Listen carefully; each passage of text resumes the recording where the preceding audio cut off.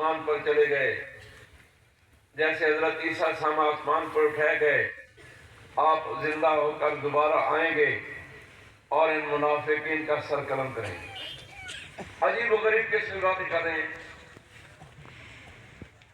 سارے صحابہ کرام اس طرح محسوس ہوتا ہے کہ ان کے جسموں میں جان ہی نہیں۔ حضرت صدیق اکبر، سب کہہ دیجیے رضی اللہ تعالی عنہ نے ان حالات میں امت کو سنبھالا ہے۔ حضرت فاروق اعظم کو سنبھالا۔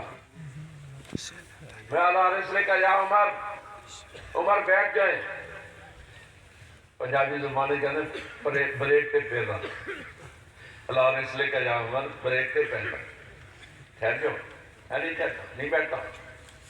یعنی اس وقت ان کی کیفیت کچھ ایسی تھی کہ وہ یہ صدمہ برداشت نہیں کر پا رہے تھے۔ حضرت صدیق اکبر رضی اللہ تعالیٰ عنہ نے ان حالات میں حضرت فاروق اعظم سمیت پوری جماعت صحابہ کو سنبھالا ہے۔ کئی ایک لوگوں نے، کئی ایک قبائل نے زکوٰۃ دینے سے انکار کر دیا۔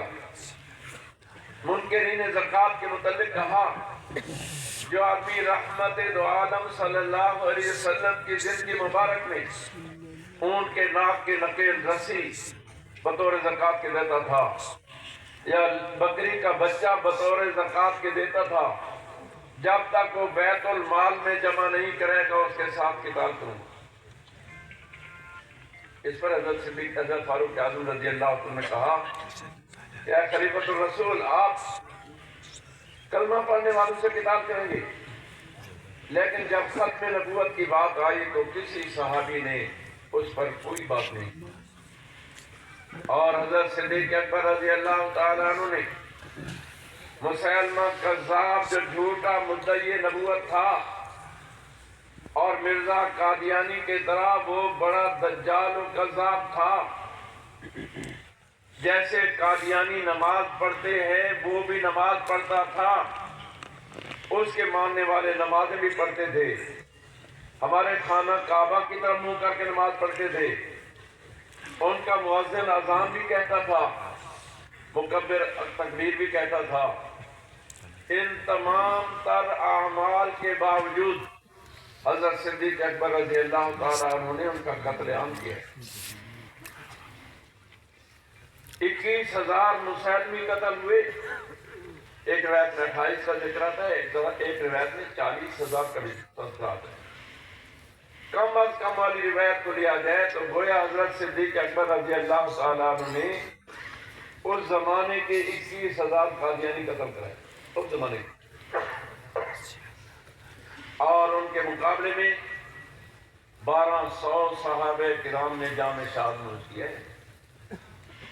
1200 میں 700 یا 800 حافظ قرآن تھے۔ آج الحمدللہ دنیا میں کروڑوں حفاظ موجود ہیں۔ وہ اسلام کا ابتدائی دور ہے۔ اس ثانیہ کے بعد آپ سے درخواست کی گئی کہ آپ کاغذات پر قرآن پاک اتاریں۔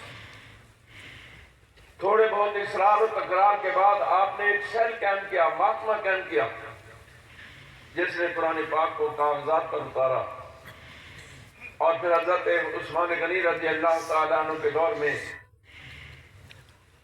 امت کو ایک قرات پر جمع کیا اور اس کی کاپیاں کرا کر ممالک اسلامیہ میں تقسیم کی گئی۔ اتنی بڑی قربانی دے کر مسلمانوں، حضرت صدیق اکبر رضی اللہ تعالیٰ عنہ نے مجھے آپ کو ایک مسئلہ سمجھا دیا، میری طرف توجہ کریں کہ رحمت دو عالم صلی اللہ علیہ وسلم کی ختم نبوت کی حفاظت کے لیے تمہاری ہزاروں جانیں قربان ہوتی ہیں، ہو جائیں۔ تمہاری ہزاروں جانیں قربان ہوتی ہیں، ہو جائیں۔ تمہارے بچے یتیم ہوتے ہیں، ہو جائیں۔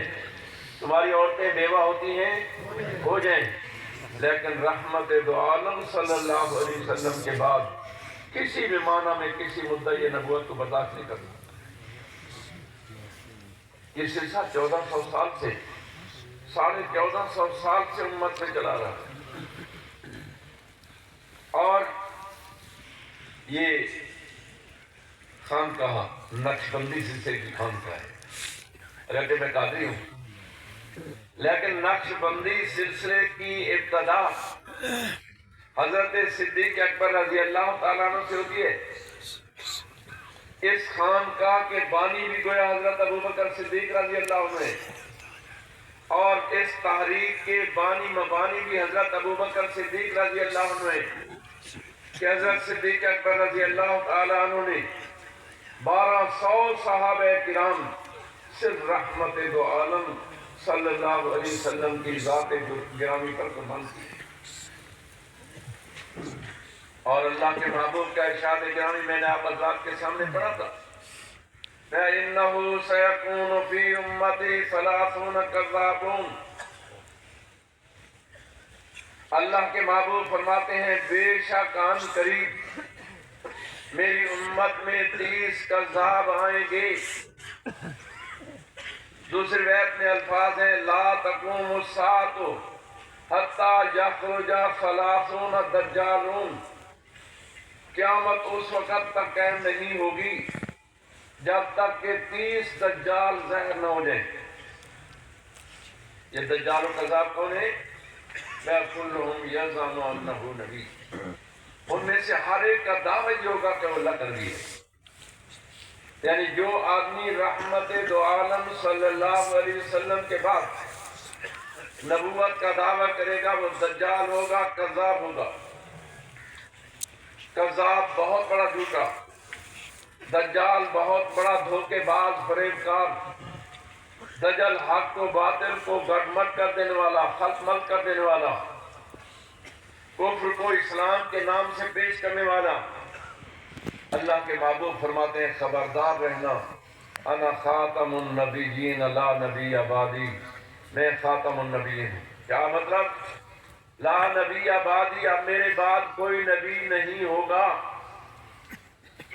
لا نفی جنس کے لیے ہمارے شاہ جی میرے سے سید اللہ شاہ صاحب بخاری رحمہ اللہ دارالعلوم حقانیہ کوڑا خٹک میں آئے اور فرمایا کہ حضرات میں تمہیں یہ بتاتا ہوں کہ لا نفی جنس کے لیے ہے، اور یہ جس پر داخل ہوتا ہے اس کی جنس ہی ختم کر دیتا ہے، اس کو بیو کو بن سے اکھیڑ پھینکتا ہے، اس کا نام و نشان مٹا دیتا ہے۔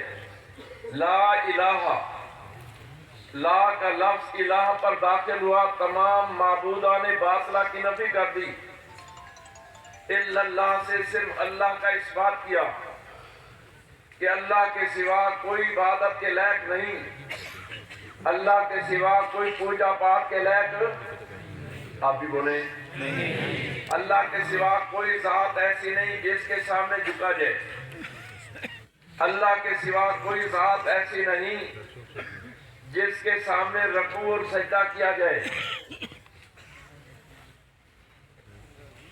یہ ہمارے شاہ جی رحمہ اللہ سید اللہ شاہ صاحب بخاری جو ہماری جماعت کے بانی تھے، ان سے کسی نے کہا جی سجدہ تعظیمی جائز ہے؟ جیسے آپ جھکتے ہیں نا یہ سجدہ ہو جاتا ہے۔ شاہ جی میں سجدہ تعظیمی جائز نہیں، یہ حضرت آدم علیہ السلام کو فرشتوں نے سجدہ کیا تھا۔ شاہ جی میں حضرت آدم علیہ السلام کے زمانے میں تو سگی بہن کے ساتھ نکاح بھی جائز تھا، آپ فرمائیں کہ جی حضرت یوسف علیہ السلام کو ان کے بھائیوں نے سجدہ کیا۔ شاہ جی میں انہوں نے بہت کے چکے کم کی اور انہوں نے کون سے اچھے کام کی۔ تو بہرحال میرے محترم دوستو، لا الہ پر داخل ہوا تو اس نے ہر قسم کے معبود کی نفی کر دی۔ لا ریب فی، لا ریب پر داخل ہوا تو ہر قسم کے شکوک و شبہات کا کلا کما کر دیا، اور لا نبیہ پر داخل ہوا تو رحمت دو عالم صلی اللہ علیہ وسلم کے بعد ہر قسم کے مدعی نبوت کو کافر قرار دیا، نفی کر دی کہ اب میرے بعد کوئی نبی نہیں ہوگا، نہ ذلی ہوگا، نہ بروزی ہوگا، نہ تشریح ہوگا، نہ غیر تشریح ہوگا۔ اور الحمدللہ امت نے اس 1450 سال میں سرور دو عالم صلی اللہ علیہ وسلم کی ختم نبوت کی حفاظت کے لیے ہزاروں جانیں قربان کی. یہ ہے کہ نہیں؟ یہ ہے کہ نہیں؟